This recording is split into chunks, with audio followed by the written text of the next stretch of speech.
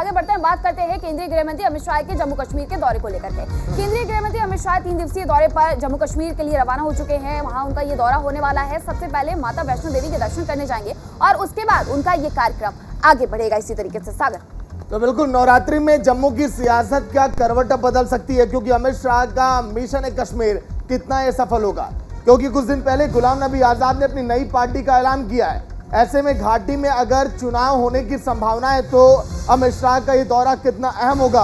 और तो और बीजेपी जो डंके की चोट पर कह रही है कि हमें जम्मू में वो सफलता मिलेगी जो अन्य पार्टियों ने सोचा भी नहीं होगा, लेकिन तमाम और भी पार्टियां जम्मू कश्मीर में। ऐसे में अमित शाह का ये दौरा कितना अहम और अन्य पार्टियों पर क्या इसका प्रभाव पड़ेगा? कुंदन, बिल्कुल, तो राजनीतिक जमीन तलाशने की भी कोशिश होगी वहां पर। दरअसल हमें थोड़ा इंतजार करना पड़ेगा, क्योंकि जब वहां पर चुनाव की सुगबुगाहट हो रही है, परिसीमन को लेकर के काम भी चल रहा है, लेकिन चुनाव जब होगा तब होगा। लेकिन उससे पहले लोगों से मुलाकात का सिलसिला जारी किया जा रहा है। 2 समुदाय के लोगों से सीधे तौर पर वो बात करेंगे और बीजेपी की नीतियां शायद बताएंगे केंद्रीय गृह मंत्री अमित शाह।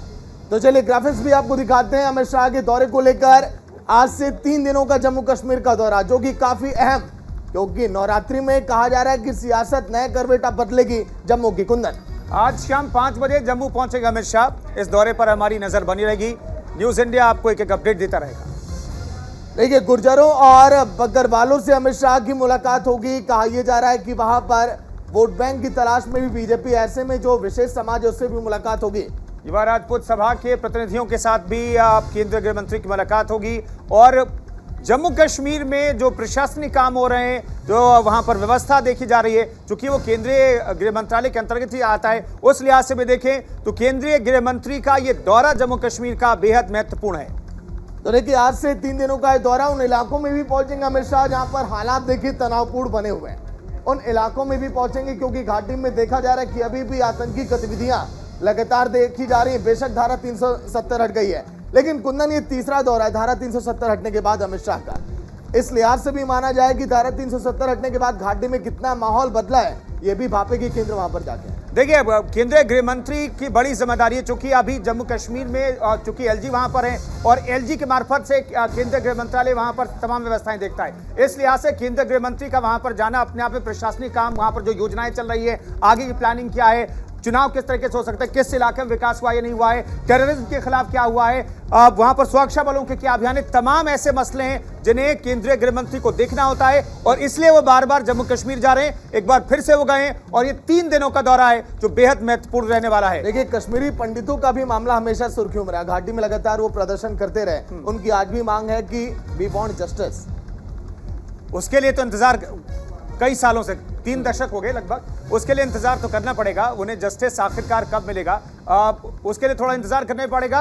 लेकिन अभी जो प्लानिंग है केंद्रीय गृह मंत्रालय की, केंद्रीय गृह मंत्री की, उससे समझिए उसकी हर एक बारीकी न्यूज इंडिया हम आपको दिखाने की, न्यूज इंडिया आपको लगातार दिखाने की कोशिश कर रहा है। तो चलिए, सहयोगी दीपक चौबे लाइव जुड़ गए पूरी जानकारी के साथ। दीपक, कश्मीर का माहौल कितना बदला, इस बात पर भी फोकस है केंद्र का, लेकिन अमित शाह का ये दौरा कितना अहम चुनाव के लिहाज से, और जम्मू की सियासत किस करवट में बदलेगी अमित शाह के दौरे के बाद? दीपक जी बिल्कुल, देखिए अगर सागर बात की जाए तो जिस तरीके से लगातार गृह मंत्री का दौरा हो रहा है और आज वो रात को पहुंच रहे हैं और कल सुबह वो माता वैष्णो देवी के दर्शन करेंगे। उसके बाद कल एक बारामूला में रैली है, उसके बाद फिर परसों भी वो एक रैली को संबोधित करेंगे। हालांकि देखिए, चुनाव से पहले ये दोनों जो 3 दिन का जो दौरा है गृह मंत्री का, बहुत ही इंपॉर्टेंट दौरा है। हालांकि कल शाम को राजभवन में एक सुरक्षा को लेकर बैठक हुई होगी, जिसमें मनोज सिन्हा भी रहेंगे।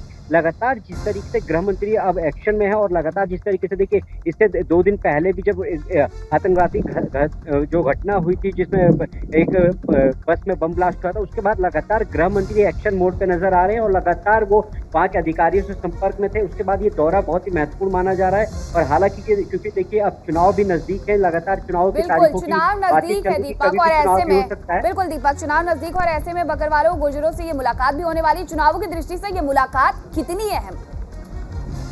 जी देखिए, लगातार अगर बात की जाए तो क्योंकि अब बीजेपी चाहती है कि जल्द से जल्द चुनाव हो और उसी को लेकर देखिए जब गृह मंत्री जाएंगे तो वहाँ पे जो लोगों से मिलेंगे, उसके बाद कई ऐसे लोग हैं जो वहाँ के प्रतिष्ठान लोग हैं, उनसे भी अलग अलग से वो मुलाकात करेंगे। और ये बीजेपी का कल्चर रहा है और गृह मंत्री के मैनेजमेंट को लेकर बहुत माने जाते हैं और उनको पता है कि किस तरीके से कैसे लोगों को रिझाना है। उसके हिसाब से उनका जब दौरा होता है तो वो वहाँ जाते हैं, वहाँ लोकल लोगों से मिलते हैं, यहाँ तक कि वो बूथ लेवल के जो कार्यकर्ता है उनसे वो मुलाकात करते हैं और अपना फीडबैक लेते हैं कि किस तरीके से वहाँ पे घटना कर रही है। इससे पहले भी मैंने कई बार देखा है कि अगर बात बता दूं मीनाक्षी की, कई बार गृह मंत्री खुद बूथ लेवल के कार्यकर्ताओं को फोन कर लेते हैं और उनसे पूछ लेते हैं कि ये अभी क्या माहौल चल रहा है। तो क्योंकि देखिए अब ये आज रात को जम्मू पहुंचेंगे, उसका कल सुबह 10 बजे माता वैष्णो देवी के दर्शन करेंगे। उसके बाद ये सारी रणनीति में चर्चा होगी कि आखिर आगे क्या करना है, कब तक चुनाव होंगे। दीपक, ये दौरा अगर हम कैटेगराइज करें तो कैसे देखें? क्या ये चुनावी तैयारियों को लेकर के दौरा है या फिर जम्मू कश्मीर में केंद्रीय गृह मंत्री का दौरा, वहां पर व्यवस्थाओं को देखने, जांचने,